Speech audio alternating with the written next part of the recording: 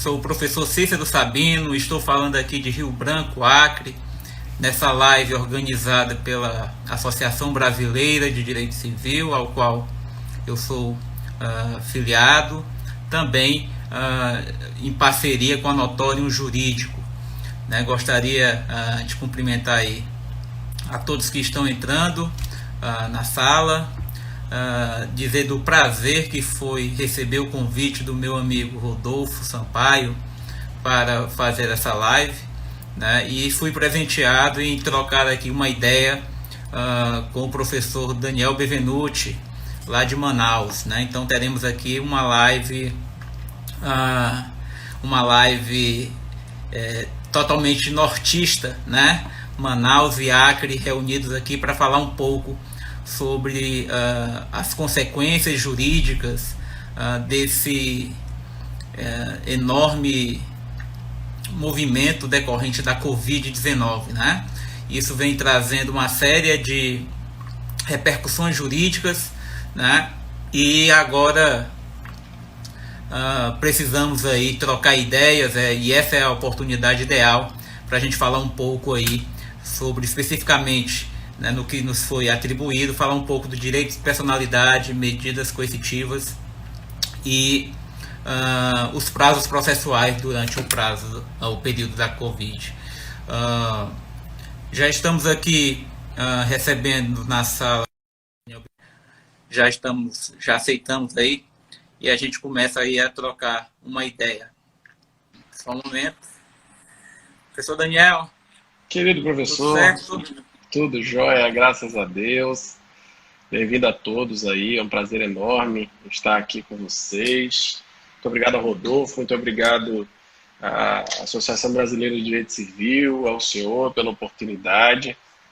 E como o senhor disse aí, e com muita propriedade, a gente tem a enorme possibilidade de construir um diálogo nortista, eminentemente. Vamos falar desse momento à luz da possibilidade de debater duas pessoas que pensam no direito civil, no processo civil aqui na região norte do Brasil, para que a gente possa degustar. Para mim, desde já eu agradeço, é uma excepcional oportunidade, e certamente esse diálogo será uma grande fonte de estudo, uma grande fonte de conhecimento, de sabedoria para mim. Bom, de pronto, muito obrigado, professor. Estou à sua disposição. Um beijo para a sua terra linda. O Acre é maravilhoso. Eu tive a experiência desde muito jovem de conhecer Rio Branco e acho uma terra agradabilíssima, um clima sensacional. Em uma determinada parte do ano faz frio, coisa que aqui em Manaus a gente não pode pensar, né? Aqui a gente só tem uma única temperatura, que é o quente. E a chuva, e quente, mesmo assim.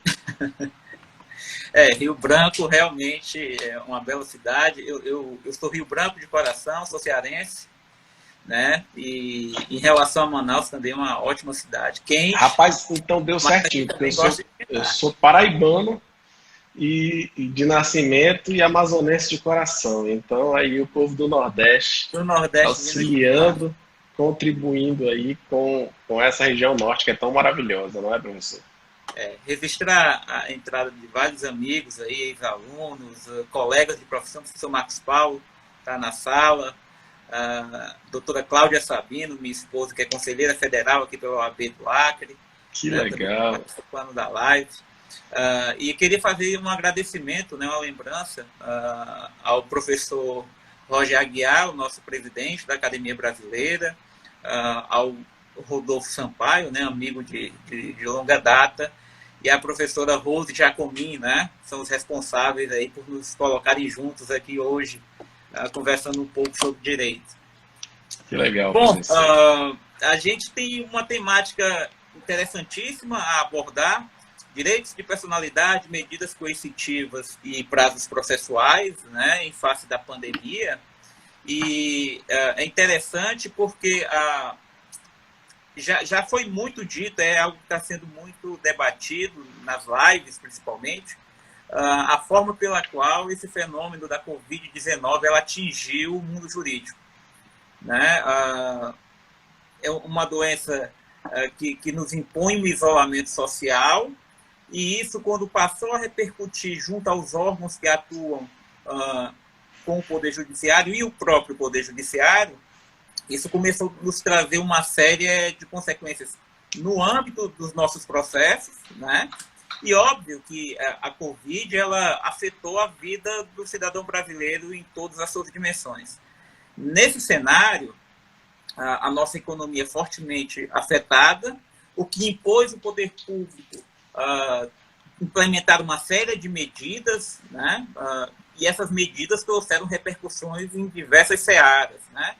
Nos trouxe repercussões na seara trabalhista, com as MPs 927 e 936, na seara tributária nem se fala, né? IOF veio a zero em certas operações, o IPI de produtos médicos também foi zerado, a alíquota, postergação de recolhimento de tributos federais, só para a gente exemplificar, né? E o governo federal trouxe aquela lei-mãe, por assim dizer, que foi a 13.979, trazendo as medidas, né, de enfrentamento à Covid-19.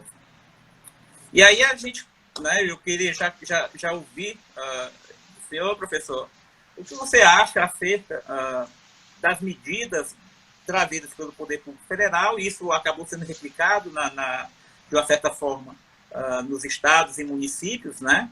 E como é que você vê algumas dessas medidas que foram implementadas, né, restritivas verdadeiramente, né? Como é que você vê isso frente ao direito de personalidade aí, né? Perfeito, professor. Obrigado pela oportunidade e obrigado pela deixa. Primeiro, a gente precisa assentar as características dos direitos de personalidade e precisa posicionar o nosso ouvinte, os acadêmicos, os nossos colegas advogados, ou aqueles que são concurseiros, aqueles que estão pretendendo o exame de ordem, que nós estamos em apertada síntese falando dos direitos de personalidade, e os direitos de personalidade esses que são reconhecidos no nosso Código Civil de 2002, uma vez que não eram reconhecidos no Código Civil de 1916, em detrimento e em decorrência de um processo de constitucionalização do direito civil. E, portanto, quando falamos efetivamente do direito de personalidade, nós trazemos para dentro do Código Civil brasileiro as máximas de Reale, as máximas da eticidade, da sociabilidade, da operabilidade de um código, que se torna cada vez mais um código feito por pessoas para pessoas. E o direito de personalidade, portanto, talvez seja a melhor forma ou a maior representação do desdobramento do princípio da dignidade da pessoa humana em suas mais variadas vertentes. E, portanto, segundo o próprio professor Robert Alexey, quando fala dos direitos fundamentais, desdobrando os direitos de personalidade, a gente pode ter o direito à honra, o direito à imagem, o direito à voz, o direito à privacidade, o direito ao corpo, seja ele o corpo vivo ou o corpo morto, e à disposição do próprio corpo. E, portanto, a gente precisa, assentando essas características, deixar absolutamente definido que nós estamos no direito, na seara do direito de personalidade, falando, acima de tudo, de um direito fundamental, professor. Porque esse direito fundamental ele é esculpido dentro do texto constitucional a partir do artigo 1º, inciso 3º, portanto, a dignidade da pessoa humana é um fundamento constitucional, e ele também está inserido lá no artigo 5º, para ser específico nos incisos 5 e no inciso 10, que falam especificamente sobre a utilização do direito ou sobre a concretude dos direitos de personalidade. Então, a gente está falando de tudo aquilo que cerca e que torna pessoal, individual, que torna único o sujeito, quando eu falo de direito de personalidade. A gente não pode se afastar dos conceitos que são conceitos basilares, e aí, como diria meu grande amigo, o professor Pablo Stouza Gagliano, Pablito, por neurose de clareza, em homenagem a ele, a gente não pode se afastar dos requisitos que formam os tais direitos de personalidade. Como direito fundamental, a gente já sabe que é direito que não é desafiado, ou seja, ele se é fundamento, e eu vou além, porque ele é direito fundamental disposto no primeiro, que é fundamento do texto constitucional, e no quinto, que são os direitos e garantias individuais e coletivos, é fundamento do texto constitucional e, portanto, cláusula pétrea. Mas ele vai além, prof. Ele vai além porque essas características do direito de personalidade, os requisitos que a formam determinam que os direitos de personalidade sejam direitos extrapatrimoniais e, portanto, direitos não negociáveis, e aí é óbvio, não dá para a gente negociar. Imagine eu vender para o senhor o meu nome. Eu vou fazer um negócio, vamos celebrar um negócio, eu estou lhe vendendo meu nome, está baratinho. Está custando pouco, não tem muita coisa, então eu vou vender esse nome. Eles são extrapatrimoniais, eles são irrenunciáveis, eles são imprescritíveis, eles são impenhoráveis, são absolutos, porque são oponíveis erga omnes, são ilimitados, e a circunstância dessa não limitação é exatamente aqui onde eu quero entrar, professor. Eles são ilimitados especificamente porque não há limite descrito, seja na norma infraconstitucional, e aqui eu nem falei do Código Civil ainda, mas está disposto lá no comecinho do Código Civil, dos artigos 11 ao artigo 21, 22, mais ou menos, aqueles que versam especificamente sobre os direitos de personalidade, e, portanto, a gente desenha e constrói a possibilidade de que esses direitos sejam oponíveis erga omnes, não tenham limites para a sua construção, mas aqui a gente precisa refletir o seguinte: em condições normais de temperatura e pressão, jamais esses direitos seriam desafiados.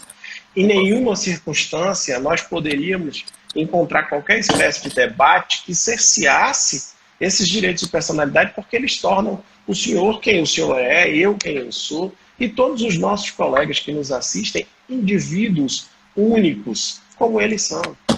Eu estou falando de honra objetiva ou honra subjetiva, da dignidade, do direito à liberdade e de tantos outros direitos que são reflexos daquilo que é mais valoroso para esse Estado democrático. De per si, seria suficiente para nós dizermos que isso não pode ser desafiado, é cláusula pétrea.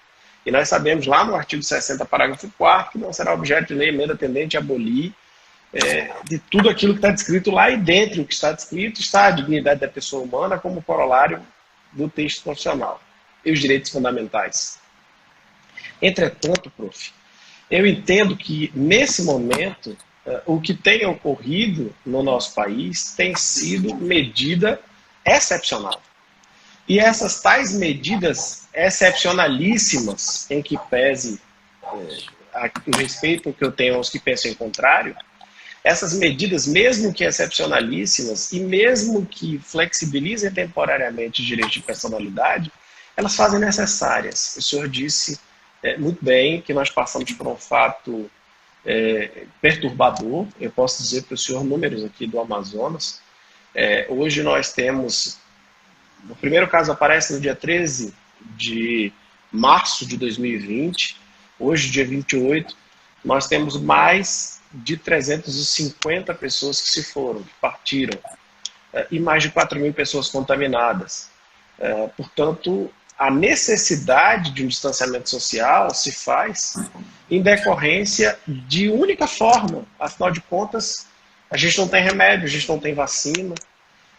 A doença, como o senhor colocou de forma muito clara, é uma doença que pressupõe problemas sociais gravíssimos e, portanto, salvo raríssimas exceções e salvo alguns enfrentamentos que são claramente inconstitucionais, como já foi declarado, inclusive, pelo STF, quanto ao que diz respeito, salvo melhor juízo, na ADIM 6363,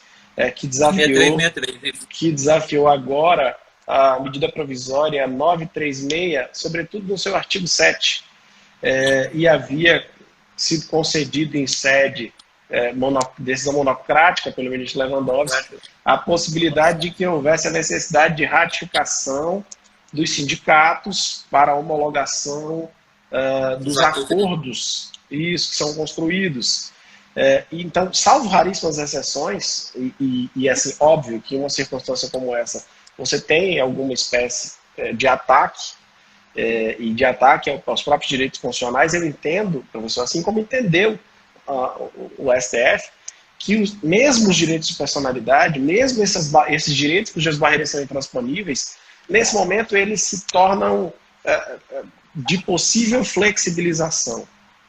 Porque as medidas são tão desesperadoras e o interesse do cerceamento, por exemplo, do teu direito de ir e vir, da redução da amplitude que você possa vir a ter em uma circunstância normal, Sim. são perfeitamente concebíveis em uma situação simples de que ou você toma essas medidas, e aqui as medidas são de pura preservação da vida, instituídas pelos governos federais, estaduais e municipais no âmbito da federação, ou a gente vai ter uma verdadeira calamidade pública, um estado de exceção completo, tendo em vista essa pandemia. Eu acho que na história da nossa civilização, nós falamos de pandemia pela última vez, pelo menos aqui no Amazonas, eu posso dizer com certeza, em 1918, 1919, quando falávamos da influenza, da gripe espanhola, que assolou também, dizimou a nossa população. Mas enfrentamos uma circunstância desesperadora, um momento triste, que possibilita, no mais das vezes, a flexibilização, mesmo que seja aquilo que a gente combate e defende, não ser possível flexibilizar, e alguns dos direitos de personalidade não são, mas o STF já tem entendido que, mesmo sendo direito fundamental, é um direito que não pode sofrer limitação efetiva, entretanto, ele não é absoluto plenamente. Portanto, eu preciso analisar o caso concreto e eu preciso interpretar se a circunstância do caso concreto me permite ou não desafiar mesmo essas cláusulas pétreas, e aí jamais reduzi-las, mas interpretá-las à oportunidade de conveniência da necessidade do que nós estamos vivendo. Eu acho que é mais ou menos por aí, professor. Efetivamente, até a mitigação das liberdades individuais, né, e a gente está vendo muito isso, principalmente no início dessa crise toda, em que a gente conseguiu visualizar em Fortaleza, teve uma situação de pessoas que foram fazer uma festa, um casal que veio da Espanha, do Rio de Janeiro, foi para o Guarujá e chegou a ficar isolado porque estava com sintomas, né? E as pessoas, em detrimento do uso ou do gozo irrestrito da sua liberdade, né, em alguns momentos simplesmente ignoravam o mal maior, né, que para muitos naquele momento não era tão grave, né, como se imaginava, mas em detrimento de estar exercendo o seu direito à liberdade, o seu direito de ir e vir, o seu direito de fazer aquilo que melhor lhe convier, ignorou no primeiro instante aquelas regras básicas que estavam sendo traçadas no primeiro instante e acarretou justamente em muitas situações, né, uma disseminação exagerada. Aconteceu na Itália, inclusive, naquele jogo de futebol, né, aí disse que ali que foi o estopim.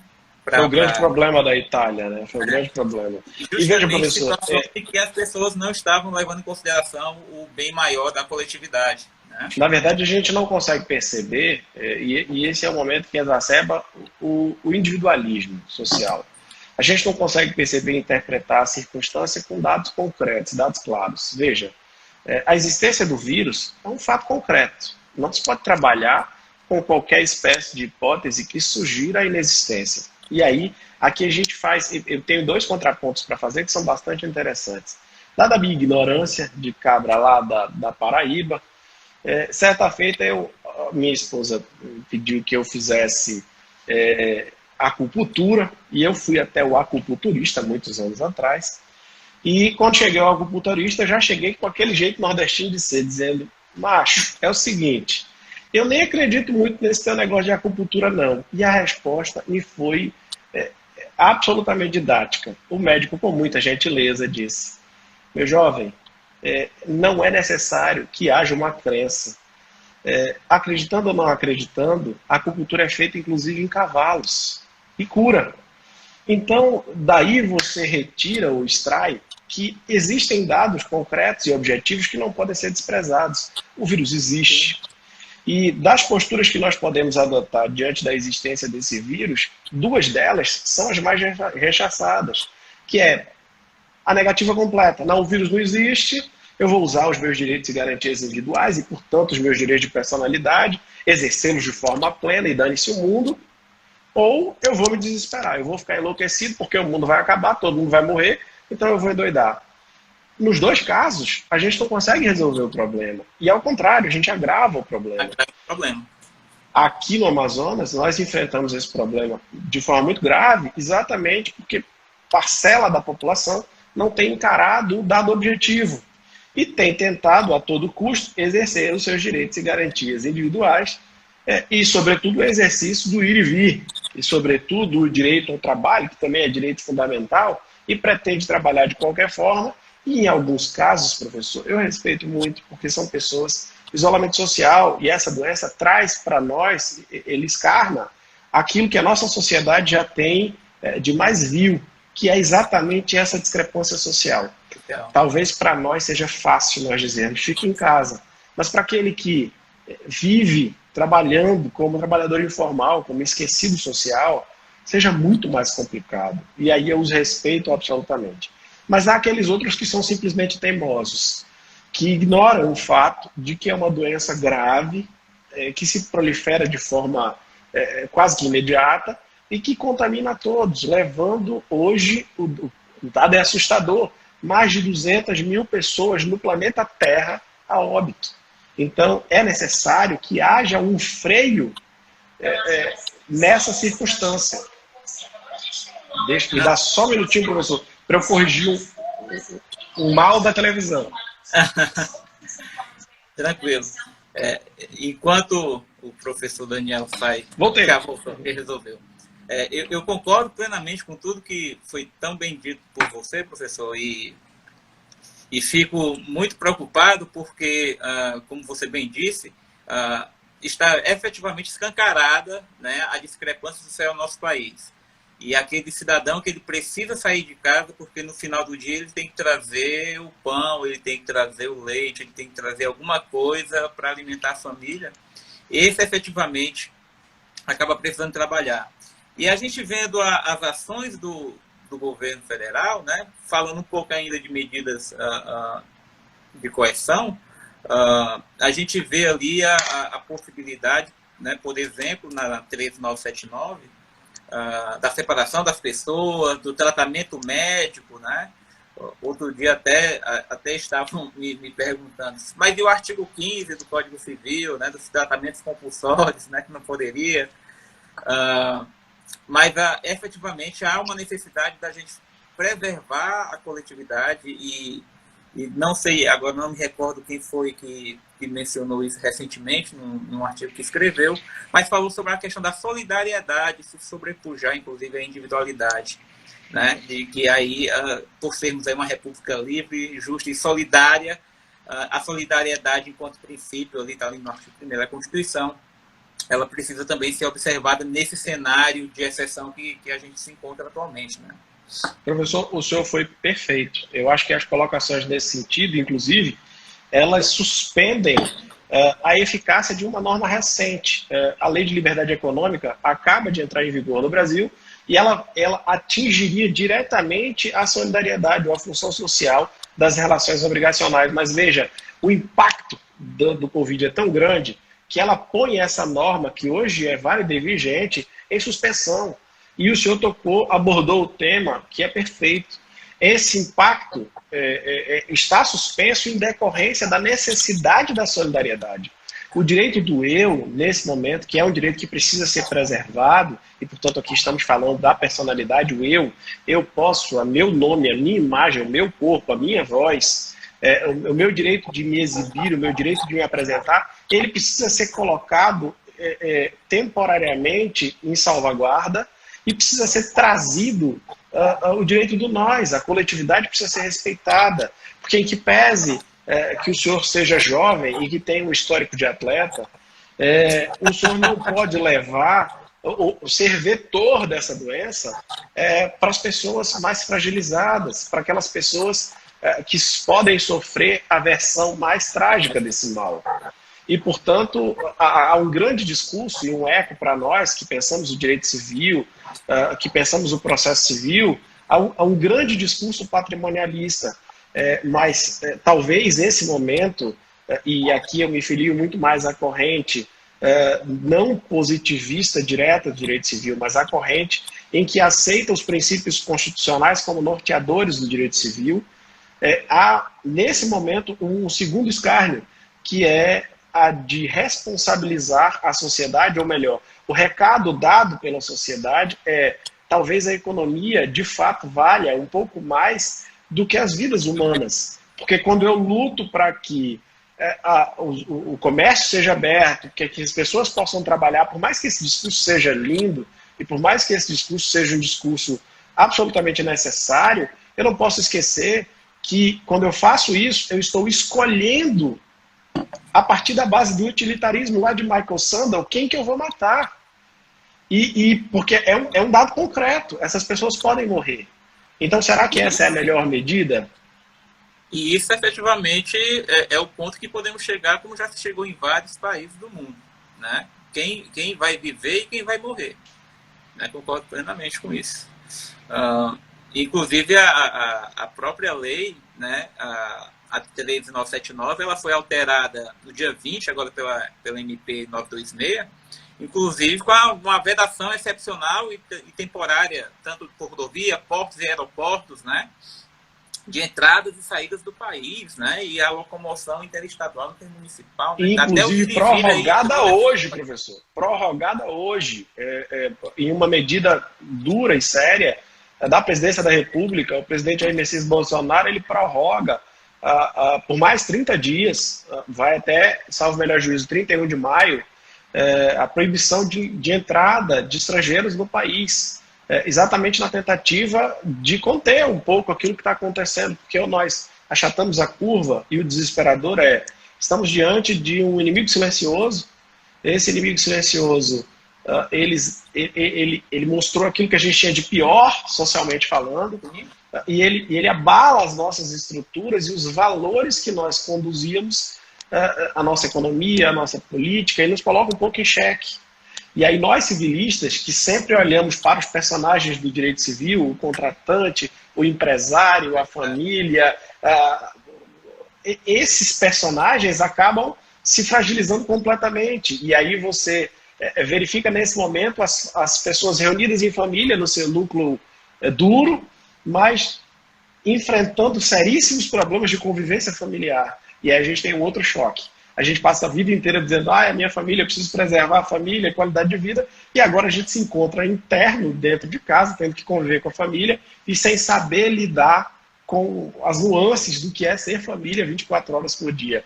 Além da questão do trabalho, né, professor? Que a gente tem trabalhado, eu acho que mais do que trabalhava normalmente. Não, o home office, para quem trabalha em órgãos vinculados ao judiciário, né? Eu trabalho no Ministério Público Federal também, e quem trabalha como professor, como nós, minha Nossa Senhora, o trabalho ele dobrou, triplicou. É verdade. A gente passa a maior parte do tempo dando aula online, a gente teve que se reinventar. A docência, ela trouxe isso, a docência toda se reinventa, a gente precisa se reinventar, mas essa acessibilidade de estarmos aqui a um clique, a uma câmera, faz com que os nossos alunos nos consultem o tempo inteiro e perguntem o tempo todo, e as aulas aconteçam o tempo todo, e aí você não sabe mais se é sábado, domingo, feriado, dia santo, de manhã, de noite, de tarde, está trabalhando. Não, e aí agora, professores de 24 horas, né? Professores de 24 horas, é verdade, professor. Quando a relação é aquela relação tradicional, presencial, a nossa relação meio que se exaure quando saímos da instituição, né? Perfeito. O aluno não vai nos procurar fora de sala por celular, mas agora não. Agora não tem hora, né? Vira e mexe aqui, orientando, mandando mensagem 11h30, meia-noite, e está escrevendo, está estudando. Muito engraçado, professor, que às vezes a gente... O professor tem um mau hábito de ser workaholic, porque para ser professor, ele precisa ser vocacionado acima de tudo. Afinal de contas, eu nunca vi dizer que um professor enricou nesse país. Mas o professor, que é apaixonado, ele acaba se dedicando de qualquer sorte, e ele fica ligado o tempo inteiro. Imagino, eu tenho alguns amigos professores que, sobretudo aqueles que atuam no direito trabalhista com maior ênfase, que eles gravaram algumas lives comigo, depois eles disseram: olha, brincadeira, até o presidente da OAB local vinha na live e dizia: vocês estão falando até daqui a pouco, porque vai vir outra MP e aí vocês vão ter que mudar tudo. E era bem isso, virava as madrugadas. E aí você está lá, virando a madrugada, estudando, fazendo aquele conteúdo para o aluno, e o aluno te passa a mensagem como se fosse 10 horas da manhã, professor, não sei o que, e você responde com a maior naturalidade. E aí aquilo meio que quebra a ideia do paradigma de horário, né? Não tem mais horário, o horário é qualquer horário. E com repercussões, inclusive, trabalhistas, né? É verdade. E agora as precauções aí para as instituições de ensino, inclusive, se agigantam, né? De não incomodar o professor em horário, fora do horário, para não haver uma repercussão trabalhista, né? A gente também vê que isso repercute não só na relação professor-aluno, mas também repercute na relação professor-instituição, né? Eu sou professor de uma instituição pública e de uma privada, né? E a gente vê isso de forma bem sensível, né? Aqui no nosso estado, a federal ela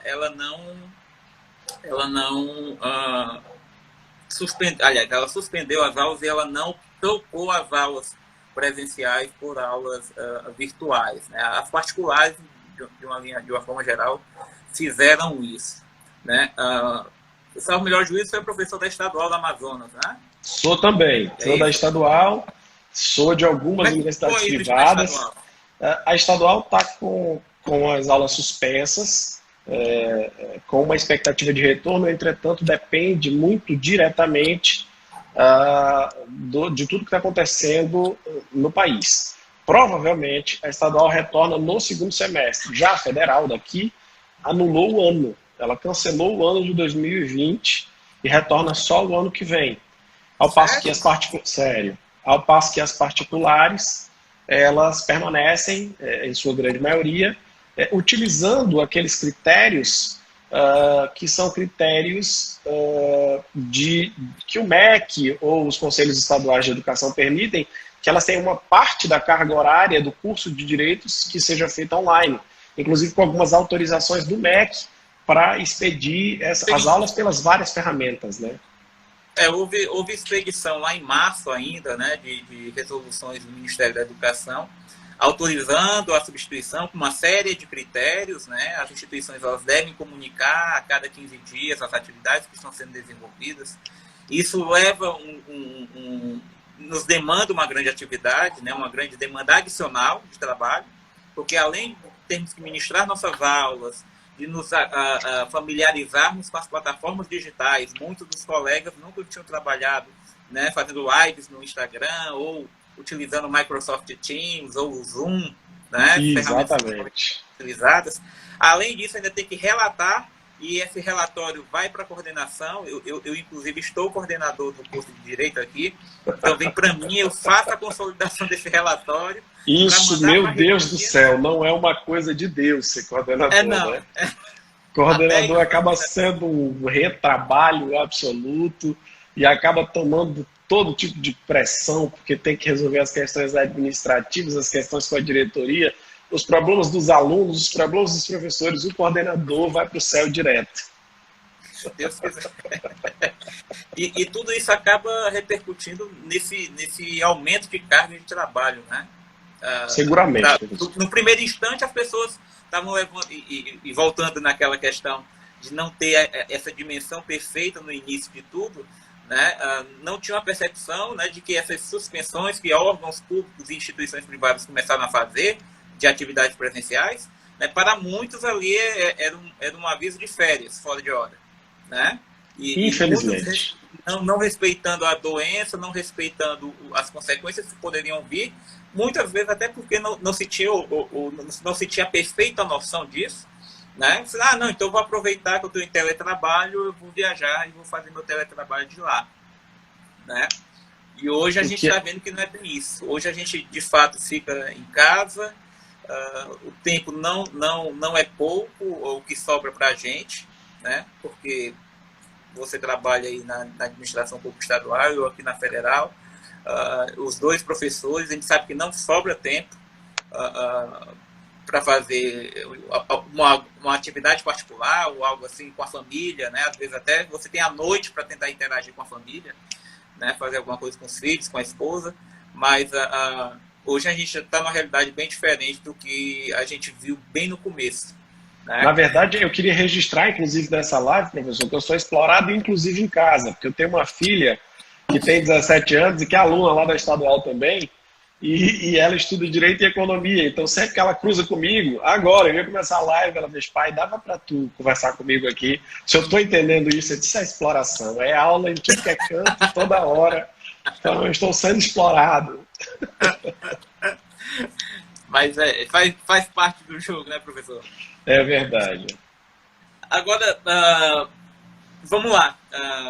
Falamos bem aí, eu acredito que a gente conseguiu dar uma passeada bem nessa relação dos direitos de personalidade em face desse modelo que estamos vivendo, nesse modelo de vida. Eu costumo dizer que eu acho que a gente não volta para o que a gente vivia antes. Eu acho que o nosso normal vai ser um outro normal. Já diria ex-ministro Mandetta, né? O normal é o novo normal, não existe mais aquele normal.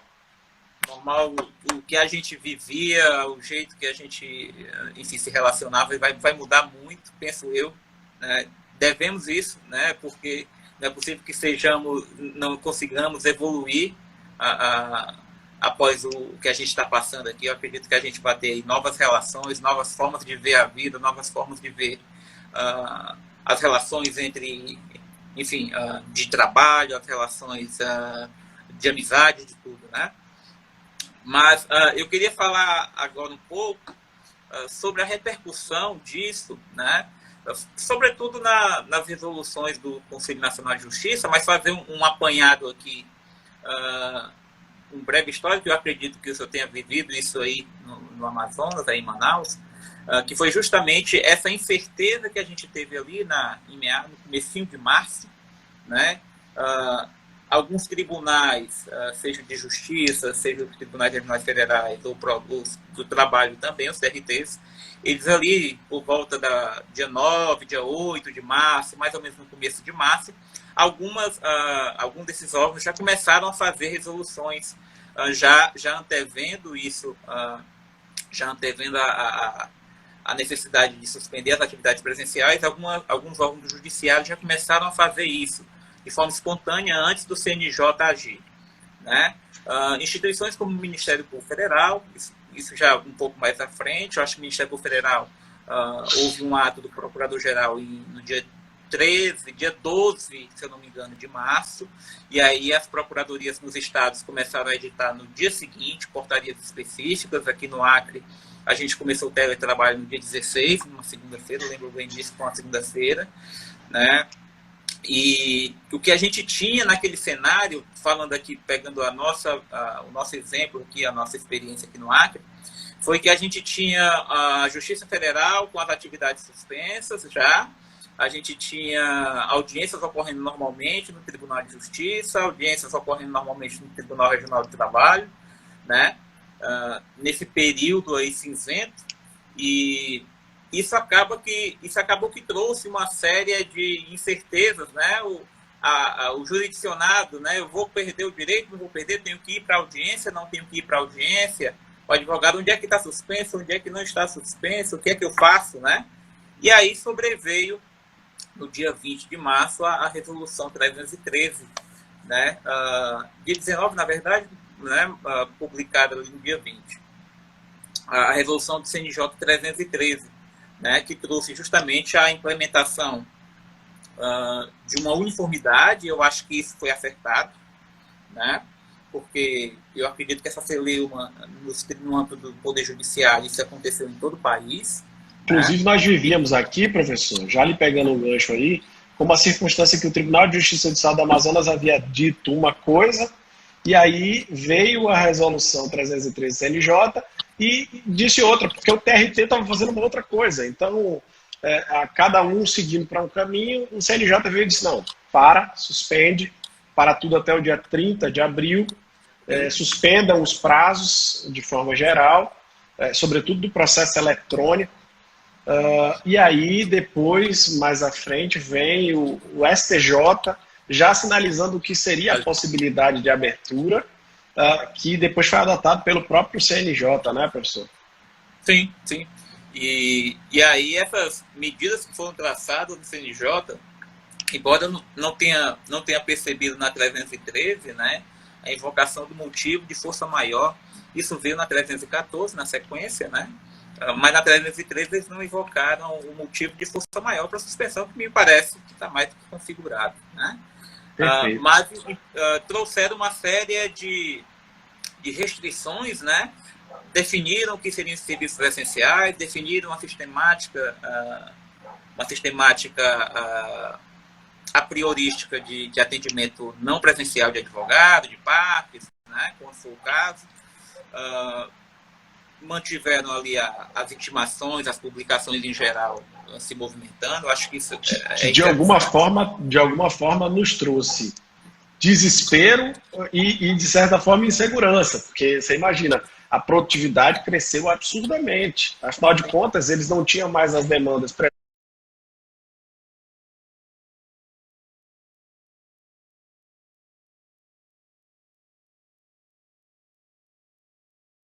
presenciais, e eles, a toque de caixa, começaram a decidir tudo aquilo que era necessário a ser decidido, e aí a gente começou a receber enxurrada de informações, com decisões em todos os processos ao mesmo tempo, e aí todo mundo disse, meu Deus, e agora? Vai valer o quê?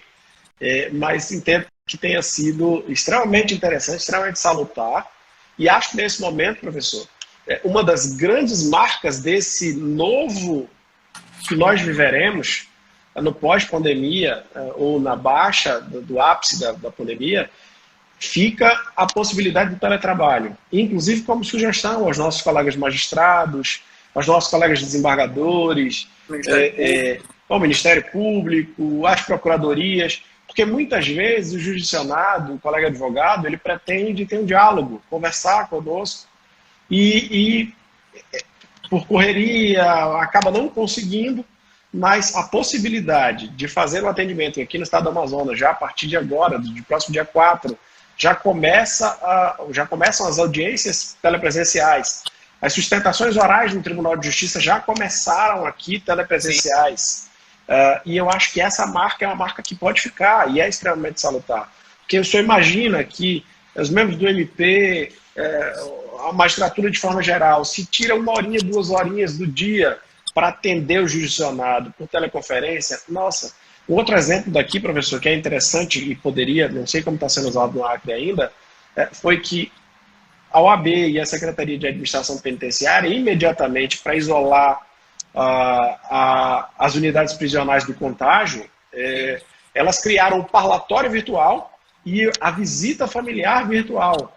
Isso é extremamente interessante, porque você consegue preservar mais um direito constitucional, você consegue preservar a prerrogativa do advogado de ter o tempo inteiro atuando com o seu constituinte que está lá, se encontra interno nas unidades prisionais, e você tem a oportunidade de abrir esse novo meio de comunicação, respeitando a ideia do processo digital, desse procedimento de digitalização de alguma sorte, da informatização dos nossos tribunais, dando celeridade, que é o objetivo, eu acho, dessa pós-modernidade, não é, professor? Sim, é interessantíssimo, inclusive, vou até levar isso aqui para o nosso presidente aqui, o doutor Érico Venâncio. A questão do parlatório virtual é uma ideia excelente. Inclusive, professor, eu sou conselheiro da seccional do Amazonas e o nosso presidente, Marco Aurélio de Lima Choy, ele fez casado com a Secretaria de Administração Penitenciária, e quem controla a agenda do parlatório é a OAB. Somos nós, ordem. E é uma comunicação direta com a administração. A administração disponibiliza as datas e a ordem faz a agenda. E atende, assim, que inclusive é a comissão de prerrogativas que fica responsável por isso. Muito legal. Legal demais. Eu acho que se a gente consegue utilizar a tecnologia, e aí essa é justamente a minha pergunta que eu trago aqui, se a gente consegue utilizar a tecnologia para melhorar os processos de trabalho, plenamente de acordo, né? O que me preocupa, e falando aqui da 314, que foi editada no dia 20, para que retomemos os prazos processuais, né? E só para esclarecer, principalmente para os alunos que estão participando, né? Não é que vai voltar todos os prazos, né? Nem tudo, né, vai voltar à normalidade, porque em relação aos autos físicos, né, bom a gente fazer esse registro, né? Esses estão suspensos. Obviamente todos já provavelmente já se debruçaram sobre a resolução, mas os processos físicos continuam suspensos, inclusive por conta, aí sim, na 314 é a força maior, né, a manutenção Exatamente. dos processos físicos se manteve. Eu pessoalmente fico preocupado porque como fomos pegos de surpresa desde o início, né, e esse início foi um início de 45 dias atrás, a grosso modo. Mais ou menos né? isso, mais ou menos isso. Mais ou menos isso. E a gente tem aí na 314, inclusive, já a indicação da plataforma, né, da Cisco, como uma plataforma para as audiências virtuais, inclusive podendo ser feita em primeiro grau, né, Exatamente. com as cautelas de verificar que tem que se levar em consideração a intimação das partes, das testemunhas. Mas eu vejo com preocupação a questão da retomada das audiências de videoconferência, justamente por entender que, a par da implementação do processo eletrônico, em praticamente todo o Brasil, aqui no Acre, na Justiça Federal, nós já temos o processo eletrônico, mas temos um grande acervo de processos físicos, porque foi a opção do TRF da primeira região não fazer a virtualização total dos processos, como foi feito, por exemplo, no nosso Tribunal de Justiça do Acre. Todos os processos físicos foram virtualizados. Aqui não foi. E o que me preocupa muito é justamente, embora já estejamos numa sistemática de processo eletrônico, já há um bom tempo as audiências são gravadas, são filmadas, etc., de a gente não estar preparado ainda, pelo menos nesse curto espaço de tempo, né? E esse curto espaço de tempo é semana que vem, né? Na segunda-feira, né? De começarmos a fazer audiências virtuais, né, com total despreparo dos agentes, dos atores dessas audiências, né, dos sujeitos do processo, como a gente costuma dizer no processo civil. Como é que esse pessoal vai se antenar, né? Tem inclusive a resolução até ela determina lá que seja disponibilizado na movimentação do processo, né, a ferramenta, o acesso à ferramenta. Mas não é bem assim, não é só o advogado que precisa estar na audiência, né? E eu digo isso porque eu conversando mais cedo agora com a minha esposa, ela viu uma resolução já do Tribunal Regional do Trabalho da 14ª Região, que é a nossa região aqui, já dizendo de que forma as audiências vão se realizar a partir da semana que vem. Fazer uma instrução de uma audiência trabalhista, que no mais das vezes são audiências longas, são audiências complicadas, né? E de você pegar e trazer isso no ambiente virtual em que ninguém praticamente vai ter a familiaridade, né? E a resolução deixa claro que a gente não vai ser responsabilizado por levar partes ou testemunhas para um local fora da sede do tribunal. E aí a pergunta é, vamos fazer essa audiência como? Né? O advogado na casa dele, a parte na casa dela, a testemunha na casa dela. Quem vai ensinar esse pessoal a baixar aplicativo? Vou precisar baixar, vou ter que comprar um telefone ou um computador para fazer isso. Isso é muito preocupante, porque embora no corpo da resolução nos traga uma solução interessante, né, do ponto de vista técnico, né, mas do ponto de vista prático, de repente, nesse momento, de repente não é a melhor solução. Mas, o que é que você acha disso? Professor, eu acho, assim, de verdade, a gente tem aprendido, de forma geral, consertar o avião com ele voando, em pleno voo. E, infelizmente, a gente vai acertar e vai errar. Mas eu concordo com o senhor em gênero, número e grau. Se nós estamos diante de uma circunstância em que padece todos os atores, todos os personagens que compõem o processo civil, o processo de trabalho, o processo penal, a aprender esse novo modelo, nós temos que refletir de tal sorte que o advento da modernidade ele jamais poderá engessar ou destruir o due process of law. Nós precisamos cumprir o devido processo legal.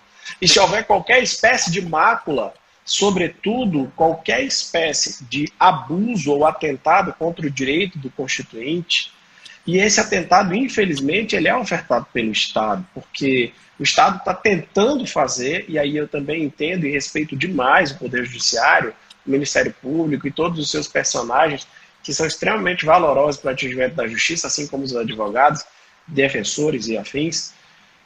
Entretanto, a gente precisa pensar na realidade factual. Voltamos ao nosso início da conversa, prof.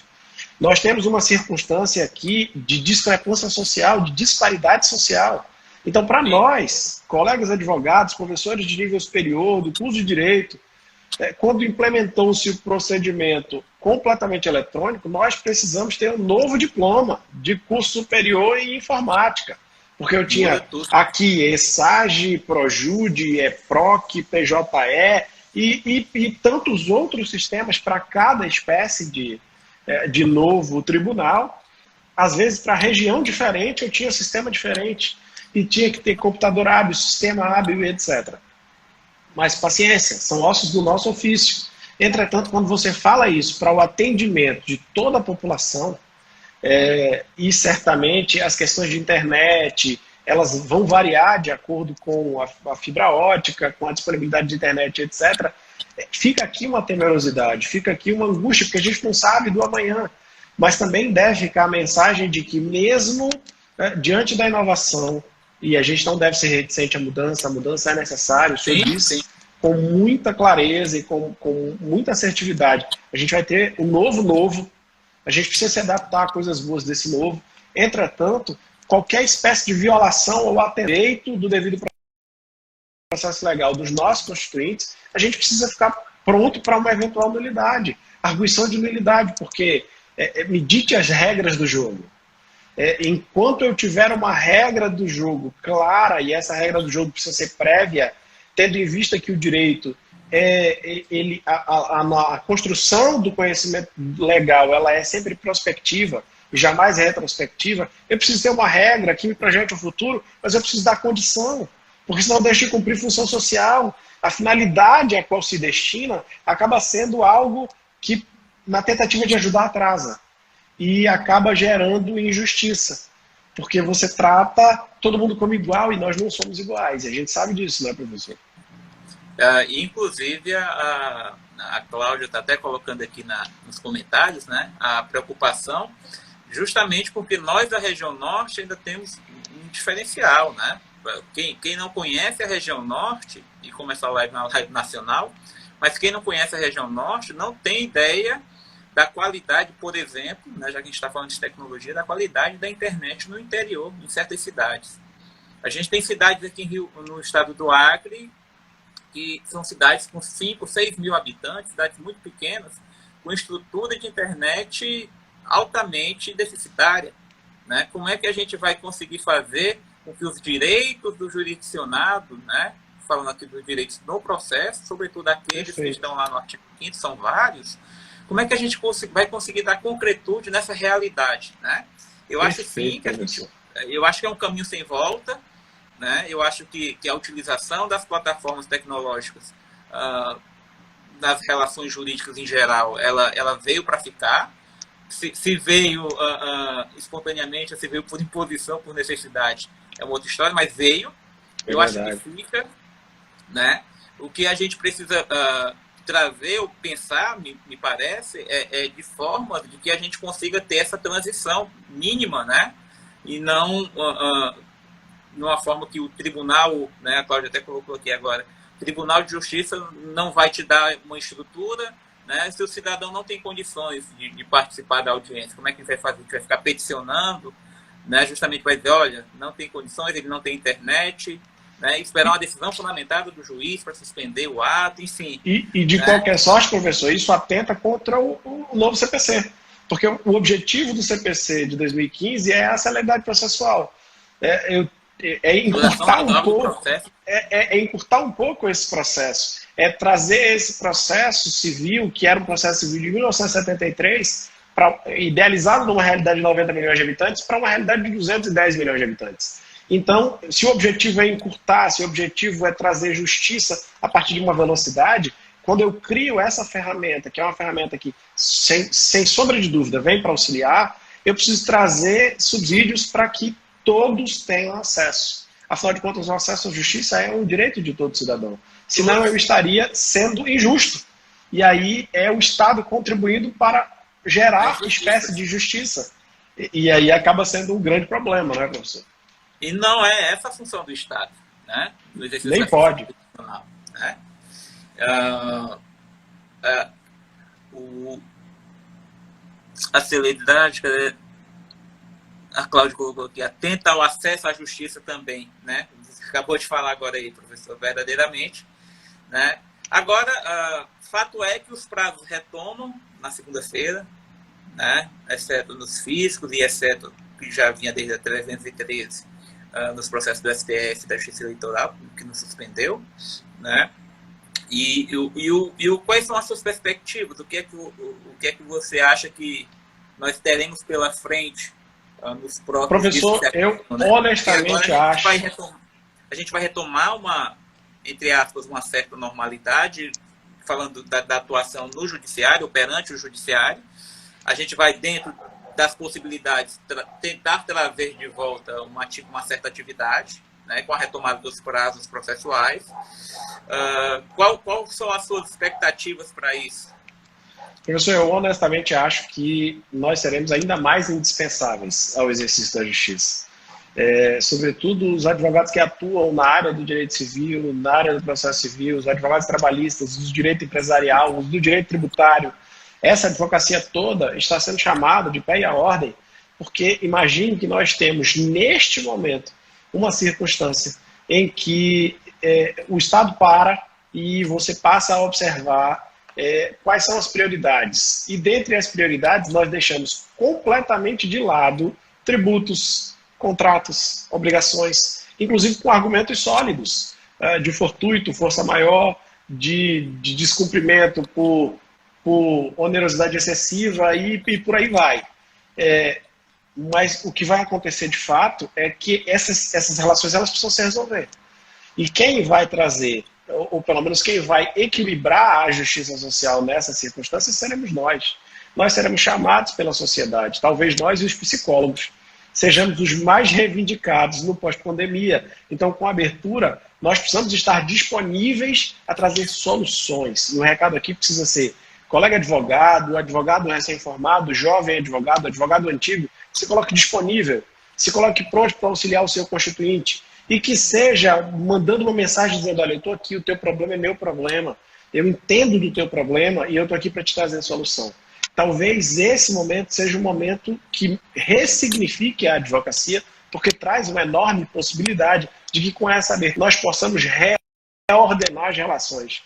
E essas relações, não mais das vezes, são relações das mais variadas. Casamentos, divórcios, questões de terra, contratos, obrigações descumpridas, relações de consumo. Então, relações trabalhistas, tributárias. Relações trabalhistas, tributárias, é um verdadeiro mar para que nós possamos nadar de braçada, né, com essa reabertura.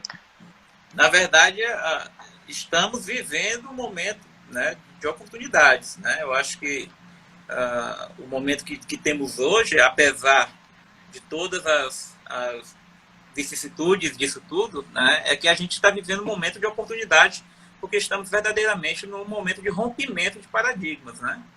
E com o rompimento de paradigmas, como o senhor bem colocou, né, a gente está ressignificando a advocacia, né? O advogado 2.0, ou o novo advogado. Né? Advocacia 4.0, né? Os advogados estão tendo que entrar nessa era digital, efetivamente.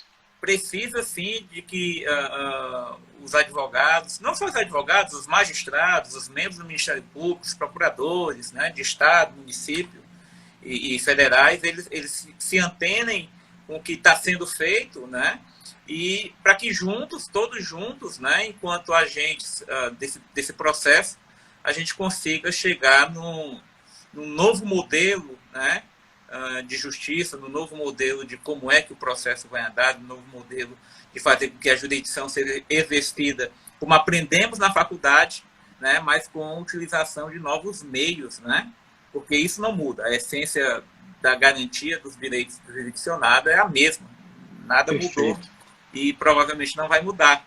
Mas a gente precisa fazer com que isso aconteça nesse novo cenário, né, que, bem ou mal, é uma realidade. Né? Perfeito, professor. Né? Eu acho que é isso aí, e eu acho que a gente daqui a pouco vai ser derrubado, muito provavelmente, porque acho que a live só tem 1 hora, e eu queria agradecer imensamente à Academia Brasileira de Direito Civil, ao Notório Jurídico, ao senhor, pela gentileza, pela oportunidade da gente poder ter esse diálogo, que certamente vai fazer parte da minha vida, me ensinou bastante. Estou à disposição do senhor, da academia, do Notório, e de todo mundo que quiser debater, ter um bate-papo nesse momento, sobre direito civil, sobre direito em geral, sobre as nossas reflexões do direito. E assim, obrigado, professor. Foi uma grande oportunidade. Eu só tenho a agradecer, professor, um enorme prazer de termos conversado aí essa horinha. Dizer da mesma forma que estamos aqui à disposição no Acre. Se quiser ir trocar uma ideia, naquilo que eu puder contribuir, eu estou à sua disposição também. Né? E muito obrigado. Vamos intensificar aí as nossas conversas. Eu acho que isso é interessante, da gente conseguir interligar norte, sul, leste e oeste. Exatamente. Nesse Brasil continental, não é, professor? Sim, a gente tem a oportunidade de debater direito, ainda mais debater direito civil, daqui na região norte, processo civil, debater direito é sempre lindo e é sempre importante. É um prazer, né? É verdade, professor. E a gente precisa suscitar esses debates para que a gente consiga disseminar ideias, e em cima dessas ideias vão se construindo novos conceitos, né? Agradecer à Academia Brasileira de Direito Civil, Dr. Roger, né? Dar aqui fazer mais uma vez um registro e agradecer a parceria. Dr. Rodolfo, obrigado mais uma vez aí por nos ter juntados aqui nessa tarde de hoje. Rose, um abraço, né? E agradecer ao Notório também pelo convite. Para mim foi algo ímpar, né? A oportunidade de estarmos aqui conversando hoje. Tá? Então, muito obrigado, professor. Olha, de qualquer forma, se o senhor, quando sair, deixe, republique no Notório, nos stories, que eu peço para o meu pessoal da informática salvar isso, e aí depois eu disponibilizo para todo mundo a live inteira. Não, tranquilo, tranquilo. A gente já vai fazer isso e deixar lá. Um grande abraço. Obrigado, professor. Um grande abraço. Fica com Deus. Um abraço para todo mundo do Acre. Aos presentes, muitíssimo obrigado aí por nos acompanharem, né? E certamente a gente vai estar aí disponível em outras oportunidades. Um grande abraço a todos e uma boa noite. Boa noite. Obrigado, professor. Até mais. Tchau, tchau. Tchau, tchau.